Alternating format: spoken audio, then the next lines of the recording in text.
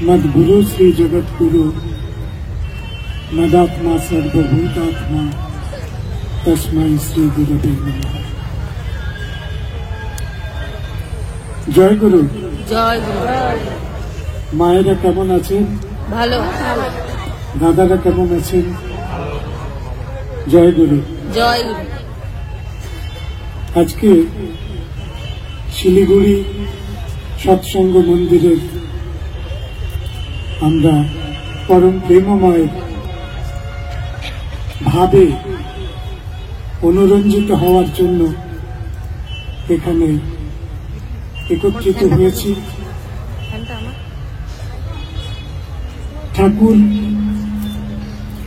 এবং ঠাকুরের আচরণ বিধি নিয়ে আমরা প্রত্যেকেই নিষ্ঠার সঙ্গে চলি।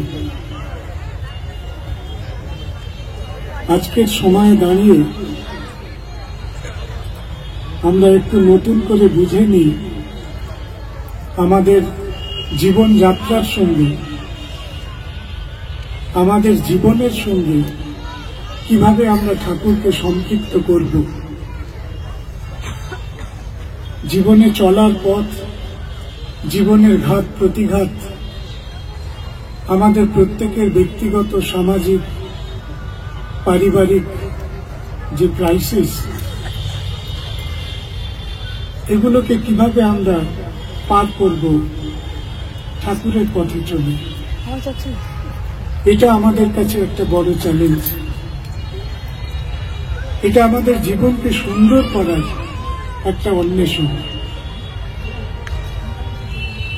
যে দৃষ্টিকোণ থেকে আজকের কথাগুলো তুলে ধরতে চাই সেটা হচ্ছে আমাদের জীবনকে আরোতর সুগঠিত করার জন্য, আরোতর সুবিন্যস্ত করার জন্য এবং আরোতর সার্থক করার জন্য আমাদের যা কিছু যোগ্যতা, সমস্ত কিছুকে কিভাবে আমরা উদ্বর্ধনার দিকে নিয়ে যাব, এই লক্ষ্যে আমরা একটু ঠাকুরের কথা, ঠাকুরের ভাব এবং তার প্রাসঙ্গিকতা, এই বিষয়টি অন্বেষণ করি।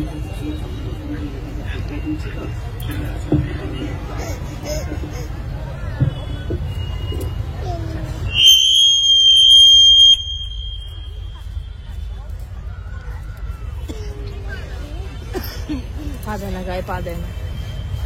এই মারুকে দেখতে পাবো না।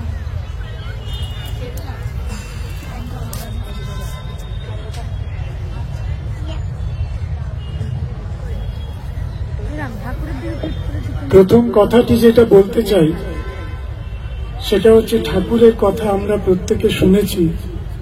দুটি একটি কথা তাত্ত্বিকভাবে খুব স্পষ্ট হয়ে যাওয়া আমাদের কাছে দরকার। পরম প্রেমময় তিনি পৃথক কোনো আলাদা কোনো ধর্ম মত প্রচার করেননি। এই কথাটা বলার একটা বিশেষ কারণ আছে।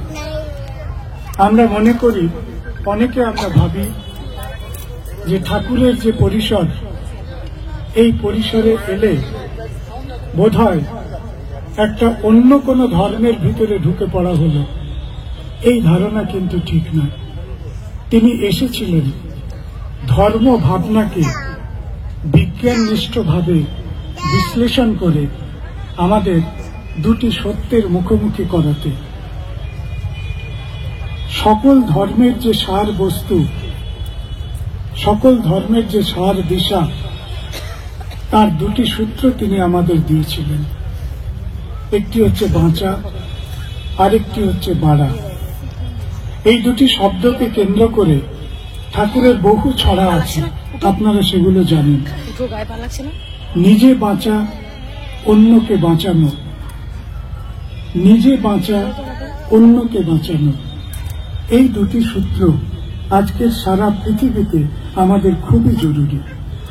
যে কথাটাকে আমরা বলি সায়েন্টিফিক অ্যাপ্রিসিয়েশন অফ রিলিজিয়ান, ঠাকুরের এই বাঁচা বাড়ার সূত্র আসলে সায়েন্টিফিক অ্যাপ্রিসিয়েশন অফ রিলিজিয়ান।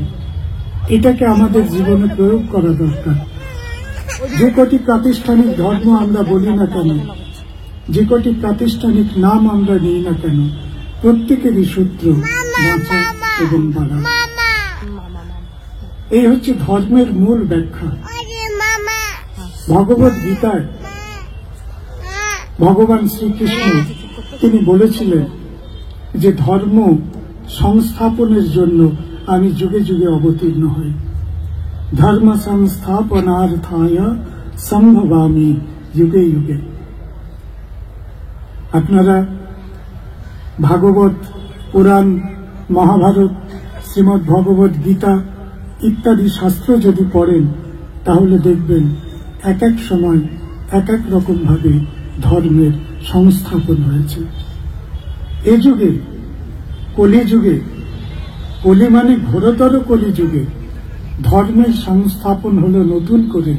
তিনি ধর্মের যে মূল সূত্র সেটা রিডিফাইন করে আমাদের কাছে তুলে ধরলেন দুটি সূত্রে, বাঁচা এবং বাড়া। আমার ধর্ম যাই হোক না কেন, আমি যদি বাঁচা এবং বাড়ার দর্শন অনুসারে কাজ না করি, কর্ম যদি না থাকে, সেই ধর্ম আমার জন্য বৃথা। যিনি বাঁচা এবং বাড়ার সূত্রে তদনুরূপ আচরণ করেন তার কাছে সেই ধর্ম সার্থক। আপনারা জানেন যে ঠাকুর তথাকথিত ধর্মের প্রাতিষ্ঠানিকতা এইগুলোকে শেষ বলে মনে করতেন না। আমরা এক একটা ধর্মের নাম দিয়েছি, এক একটা প্রাতিষ্ঠানিক ধর্মের নাম করি এবং সাধারণভাবে সেগুলো কোথাও না কোথাও একটা বাউন্ডারির মধ্যে সীমাবদ্ধ হয়ে থাকে। এই সীমাটাকে ভাঙার সময় এসেছে। তার থেকেও জরুরি সময় আজকে সেই সময়। ঠাকুর একটা ছড়ায় বলেছিলেন যে ধর্ম যখন বিপাকী বাহনে ব্যর্থ অর্থে ধায়। দুটো শব্দকে আন্ডারলাইন করে নিন। বিপাকী, বিপাকী আউট অফ দ্য ট্রাক, যে ডিরেলড হয়, যে পথে থাকে না, যে ঠিক তার অক্ষরেখায় পরিক্রমণ করে না, বিপাকী বাহনে। দ্বিতীয় শব্দটি ব্যর্থ। সারা পৃথিবীর যা ছবি, তাতে করে পৃথিবীর তাবড় তাবড় রিলিজিয়ান, আমি কোনো ধর্মের নাম করছি না কারণ সেটা আমাদের উদ্দেশ্য নয়, তাবড় তাবড় ধর্ম, তার মধ্যে কোথাও কোথাও কোনো না কোনো ক্ষেত্রে আমরা এরকম একটা বিপাক পথ দেখেছি এবং কোথাও না কোথাও ব্যর্থ অর্থে ধাওয়া দেখেছি। এই ব্যর্থতা থেকে পরিত্রাণের জন্য ঠাকুর নতুন করে বললেন বাঁচা এবং বাড়া। তিনি তো বলেছিলেন যে যখন ধর্মস্য গ্লানির্ভবতি ভারত, ধর্মে যখন গ্লানি উপস্থিত হয়, ধর্মের গ্লানি কি?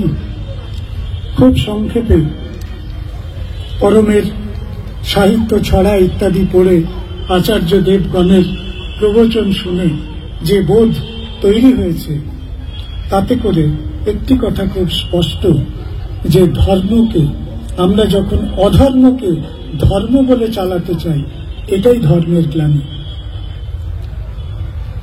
আজকে চারপাশে, সারা পৃথিবীর চারপাশে যে যেখানে শক্তিশালী, এমন কতগুলো বাস্তবতা আমাদের চোখের সামনে উঠে আসছে, যেগুলো মানুষ হিসেবে, বিবেকবান মানুষ হিসেবে আমাদের পক্ষে সহ্য করা মুশকিল। সকালবেলায় খবরের কাগজ হাতে নিলে দু হাতে মানুষের তাজা রক্ত লাগে। এরকম একটা পরিস্থিতিতে ওদিক থেকে কান্নার খবর, এদিক থেকে আর্তচিৎকার। কিসের কারণে? অনেক কারণে হচ্ছে। তার একটি বড় কারণ ধর্মস্য গ্লানি। এই ধর্মের গ্লানি থেকে আমাদের মুক্তি চাই। ধর্ম আমরা অনেক করেছি, আমরা সবাই জানি ধর্ম কি। আপনারা জানেন মহাভারতের কথা। মহাভারতের যুদ্ধের আগে ভগবান শ্রীকৃষ্ণ একবার দুর্যোধনের কাছে গেলেন, গিয়ে তাকে কিছু কথা বললেন। দুর্যোধনের মনে হলো যে বোধহয় সম্ভাব্য যুদ্ধ সম্পর্কে তিনি কিছু একটা রফা করতে চলেছেন। তিনি ভগবানকে বলেছিলেন যে দেখো, ধর্ম কি আমি জানি,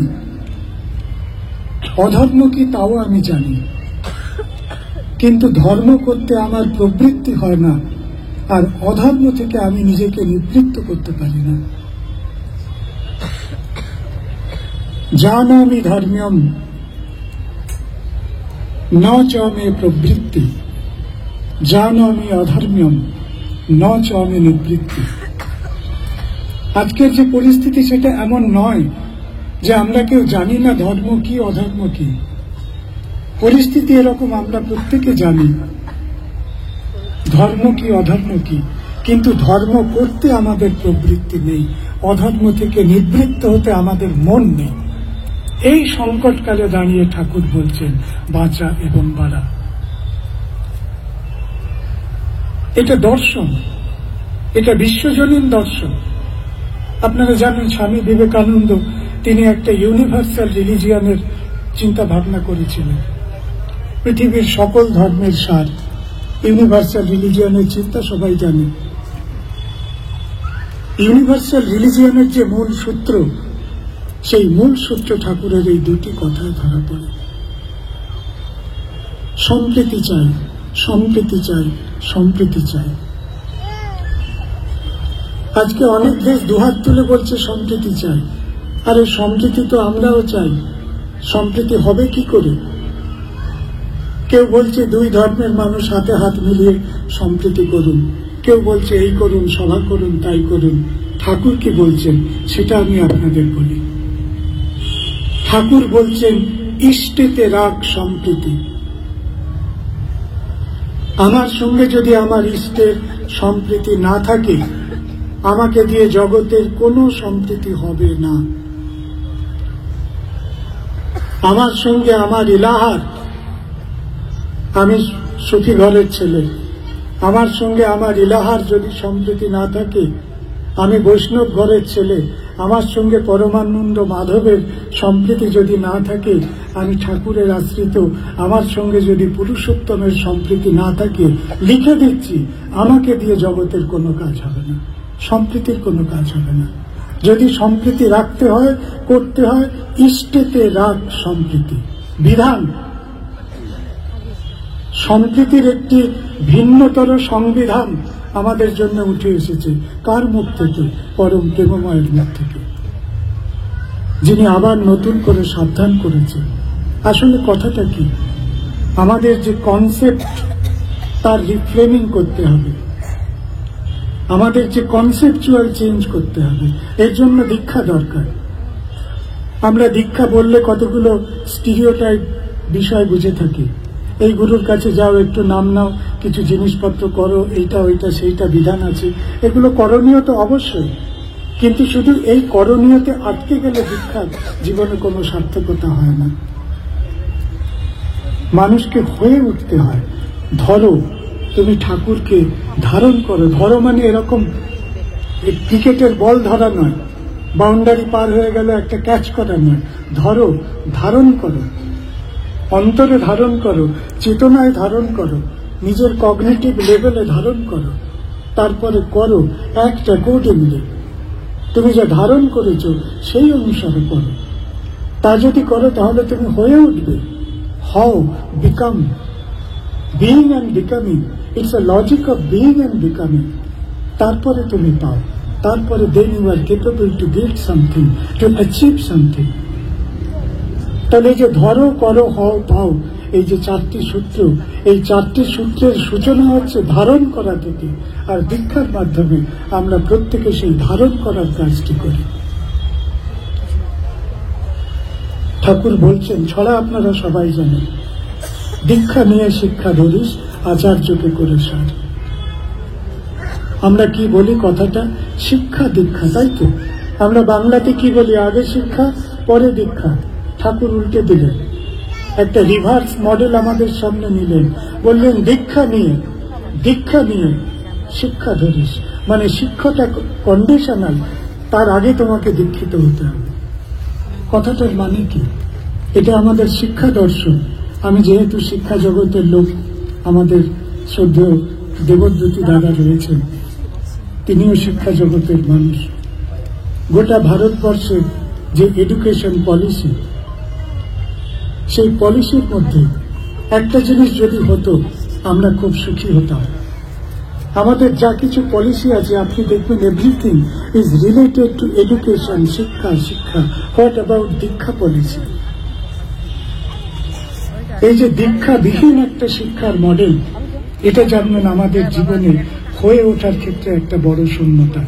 যারা পারিবারিক সূত্রে, যারা ব্যক্তিগত সূত্রে সদ্গুরুর শরণাপন্ন হয়ে শিখেছেন, তারা বাদ দিয়ে প্রাতিষ্ঠানিকভাবে দীক্ষিত হওয়ার কোনো জায়গা আমাদের নেই। দীক্ষা নিয়ে শিক্ষা ধরিস, আচার্যকে করে সার।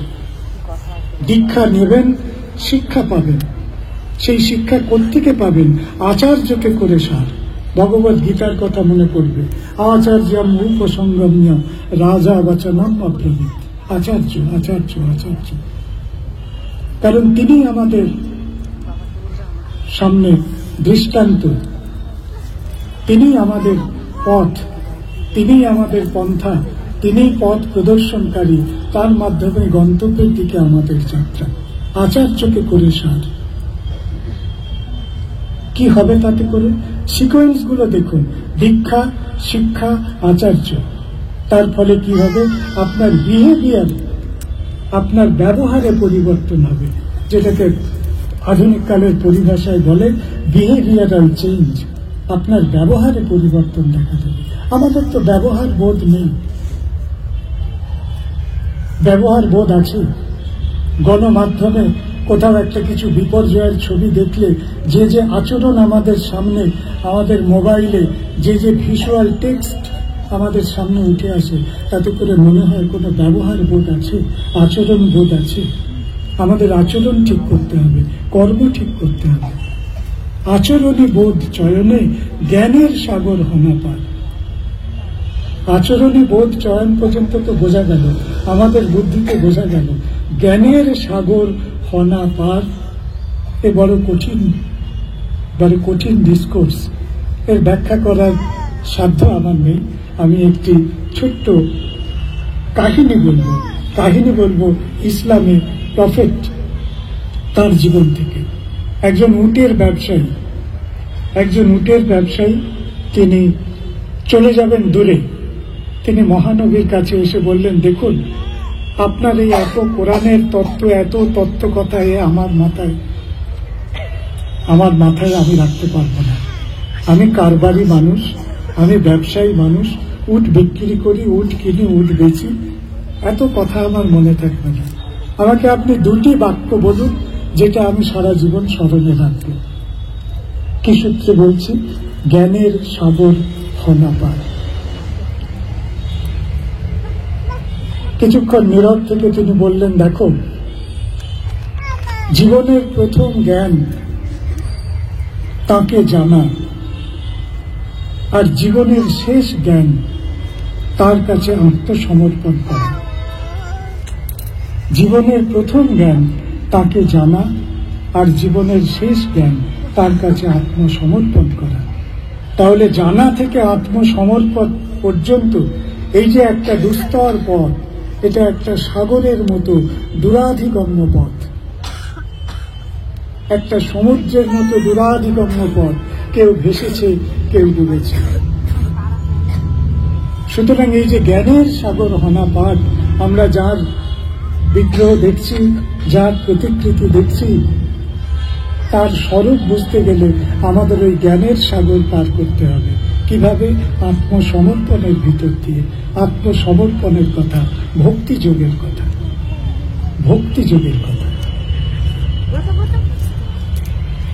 তিনি হয়ে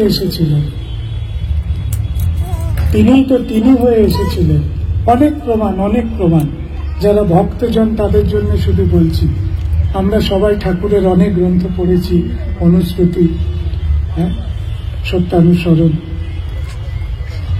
পুণ্যপুঁথি বলে একটি গ্রন্থ আছে, পুণ্যপুঁথি, একেবারে ঠাকুরের গূঢ়তম ভাববাণী সমৃদ্ধ। তাতে তিনি হঠাৎ একটি বাক্যে আমাদের চোখ আটকে যায়। ঠাকুর বলছেন, আমার হারানো ধেনুগুলি ফিরিয়ে দে, আমার হারানো ধেনুগুলি ফিরিয়ে দে।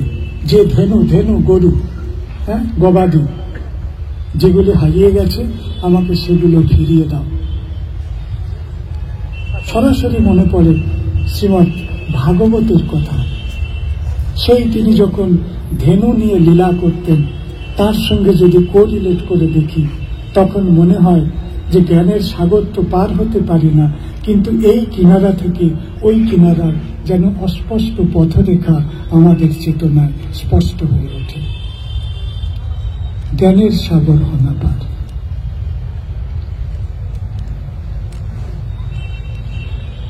একটু দুই আচার্যদেবের কথা বলে শেষ করব। আমার ঋত্বিক ছিলেন ডক্টর সুভাষচন্দ্র বন্দ্যোপাধ্যায়। 92 সালে তার কাছ থেকে নাম পেয়েছিলাম। তারপর দেওঘরে যখন গিয়েছিলাম, আচার্যদেব, পূর্বতন আচার্যদেব তিনি ছিলেন। তিনি বলেছিলেন, মকবুল ভাই, দেওঘরে এসে কোনো অসুবিধা হচ্ছে না তো? থাকার, খাওয়ার এতটুকু অসুবিধা নেই, খুব আনন্দে আছি। তারপরে বলেছিলেন, মকবুল ভাই, নামাজ রোজাটা করা লাগে, না হলে খাঁটি মুসলমান বলে মানায় না। এই কথাটা শুনে আমি উল্টো দিক থেকে একটা বিরাট ধাক্কা পেয়েছিলাম। কারণ আমরা বরাবর এই সমস্ত নিয়ে বাড়িতে প্রবল তর্ক করেছি। এইসব ব্যাকডেটেড ব্যাপার, এইসব পুরনো দিনের ব্যাপার, এগুলো এখন আর চলে না, ইত্যাদি ইত্যাদি যা কিছু লজিক আমাদের মতো ইয়ং জেনারেশনের মধ্যে থাকা সম্ভব, সবগুলোই প্রায় নিয়ে তর্ক করেছি। কিন্তু আচার্যদেবের কাছে গিয়ে, আমি তখন MA পাস করেছি, যখন এই কথাটা শুনলাম, আমাকে নতুন করে ভাবালো, নামাজ রোজাটা করা লাগে, না হলে খাঁটি মুসলমান বলে মানায় না। ঠাকুর বলছেন যে হিন্দু খাঁটি হিন্দু হোক, মুসলিম খাঁটি মুসলমান হোক, আমাদের খাঁটিত্বের অভাব, আমাদের খাঁটিত্বের অভাব। নামাজ রোজা করা লাগে। আমি বলতে খুব আনন্দিত বোধ করছি যে আমাদের আইচ দাদার বাড়িতে আজকে আমার রমজানের জন্য তারা ইফতারের ব্যবস্থা করেছিলেন। আমি সত্যি খুব কৃতজ্ঞ, অশেষ কৃতজ্ঞ। আপনাদের শিলিগুড়িবাসীর প্রতি আমি কৃতজ্ঞতা জানাই। এই যে আমার যে পূর্বপুরুষের চেতন ধারা, সেই ধারা আমি এখানে পূর্ণ করতে পেরেছি, এবং তার সহযোগিতা, পরিপূর্ণ আন্তরিক সহযোগিতা করেছেন। এর কারণ কোনো কমিউনাল হারমোনির কনসাসনেস নয়, এর কারণ কোনো পারস্পরিক সহযোগিতা নয়, এর কারণ তার সঙ্গে তার ইষ্টের যোগ, আমার সঙ্গে আমার ইষ্টের যোগ। ইষ্টেতে সম্প্রীতি হয়েছে বলে এটি হয়েছে। এর মধ্যে ইষ্ট সম্প্রীতির জয় দেখতে পাচ্ছি। ঠাকুরের দীক্ষা নিয়ে আরেকটি কথা বলি। আমার মা যখন শুনলেন যে ছেলে, আমার বাড়ির ডাকনাম আনন্দ, এদিকে ওদিকে সেদিকে সৎসঙ্গে নাকি ঠাকুরের মঞ্চে কি সব বলে বেড়াচ্ছে, তো অনেকে অনেক কিছু মাকে বলেছিলেন। মা আমাকে বললেন, বাবা তুই একবার চলে আয়। তা আমি তৎক্ষণাৎ সমস্ত কাজ ফেলে মায়ের কাছে গিয়ে হাজির হলাম। মা আমাকে পা থেকে মাথা পর্যন্ত দেখলেন, দেখে বললেন, ঠিক আছে। যারা মায়ের কাছে নানান রকম সালিশি নিয়ে এসেছিলেন, তোমার ছেলে এই হয়ে গেছে, তোমার ছেলে ওই হয়ে গেছে, মা তাদেরকে উত্তর দিলেন, শোনো বাবা, আমি আমার ছেলেকে পা থেকে মাথা পর্যন্ত দেখলাম, তার চোখ দেখলে আমি তার গর্ভধারিণী মা, তার চোখ দেখলে আমি ভিতর বার সব বুঝতে পারি। আমার ছেলে আমারই ছেলে আছে, সে যেখানে যা পারে বক্তৃতা দিক।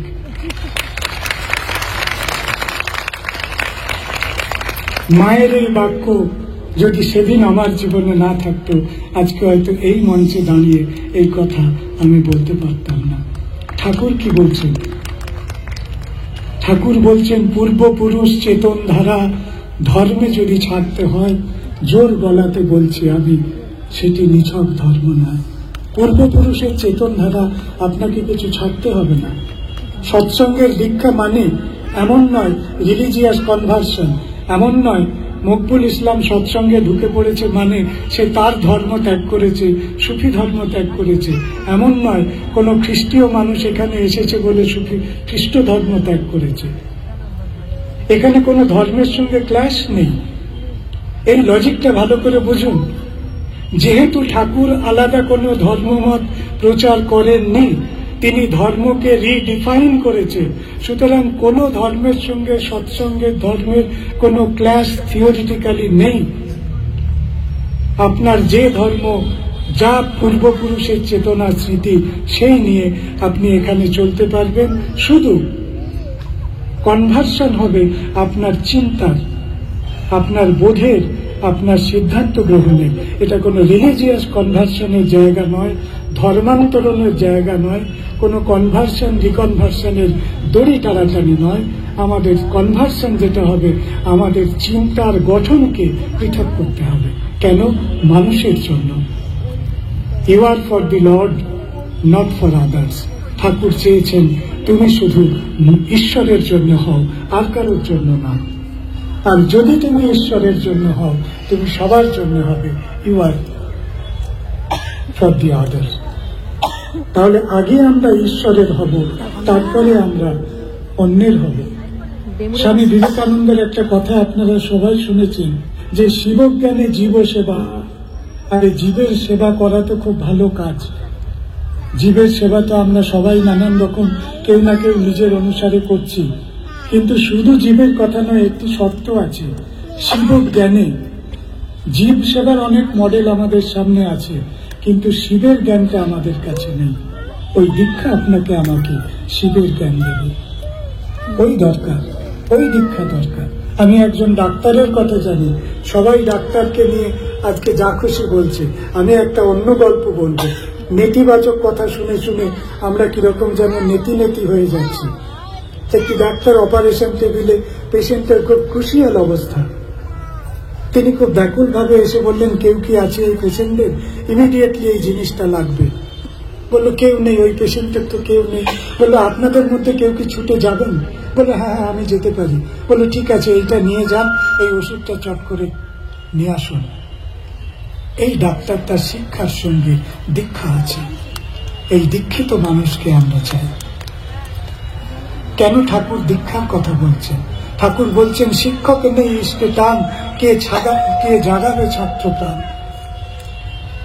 কোন একটা ইস্যুতে যখন ছাত্র শিক্ষকের উত্তপ্ত ডায়লগ হয়, সেটা দেখে মনে হয় না কোনো একটা ছাত্র শিক্ষকের শ্রদ্ধাপূর্ণ কথাবার্তা হচ্ছে, একের প্রতি আর একে অসহিষ্ণু।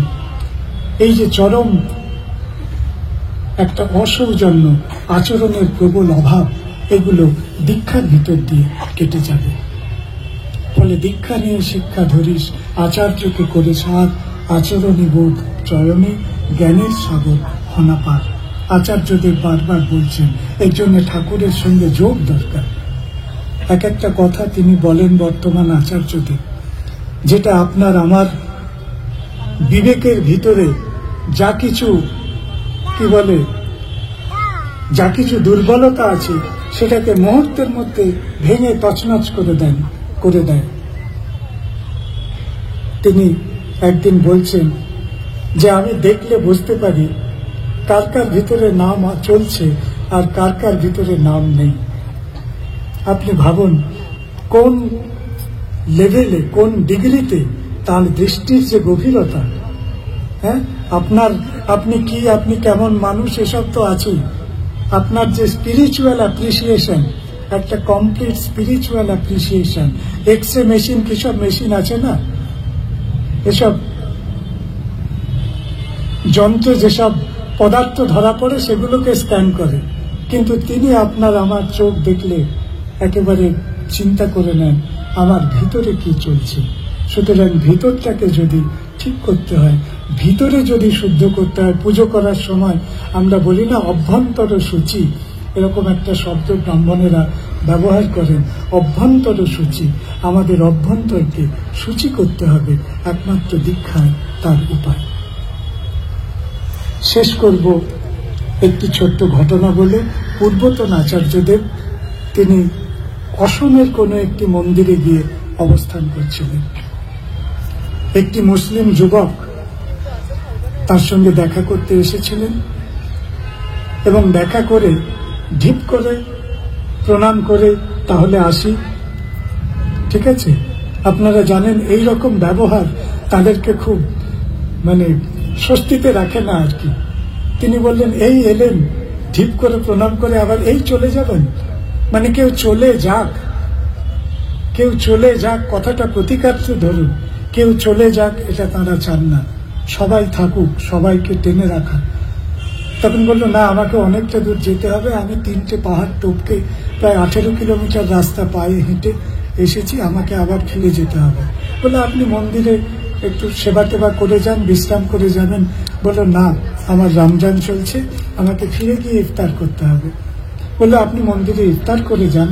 বললো, দেখুন, এত কিলোমিটার পথ, আমার বাড়িতে ছেলেমেয়েরা ইফতারের জন্য অপেক্ষা করে থাকবে, সুতরাং আমি এখনই চলে গেলে ঠিক টাইমে পৌঁছাতে পারবো। তো তিনি বিষয়টা বুঝে বললেন, এত কষ্ট করে এলেন, এত কষ্ট করে এলেন। তখন যে কথাটি সেই ছেলে, সেই যুবক আচার্যদেবকে বলেছিল, তার সারমর্ম এইরকম। বললেন, আমার আব্বা যান ঠাকুরের সঙ্গে সঙ্গ করা মানুষ। তিনি পাবনায় থাকতেন, তারপরে যে কোনো কারণে হোক গ্রহ বৈগুণ্যে আমরা এই অঞ্চলে চলে আসি। কিন্তু আব্বাজানের মুখে আমরা শুনেছি ঠাকুর ঠাকুর ঠাকুর, এবং আমাদের পরিবারে সেটা একটা খুব গৌরব গাথা হয়ে চলে আসে যে আমার আব্বার সঙ্গে কার পরিচয় হয়েছিল? ঠাকুরের পরিচয় হয়েছিল। বললো, আমি যখন শুনলাম আপনি সেই ঠাকুরের নাতি, তখন আমার মনের ভিতরটা কেমন যেন দুলে উঠল। আমি তো ঠাকুরকে কখনো দেখিনি, কিন্তু আপনাকে দেখে আমার ঠাকুর দর্শন সম্পূর্ণ করে গেলাম। বন্দে পুরুষোত্তম।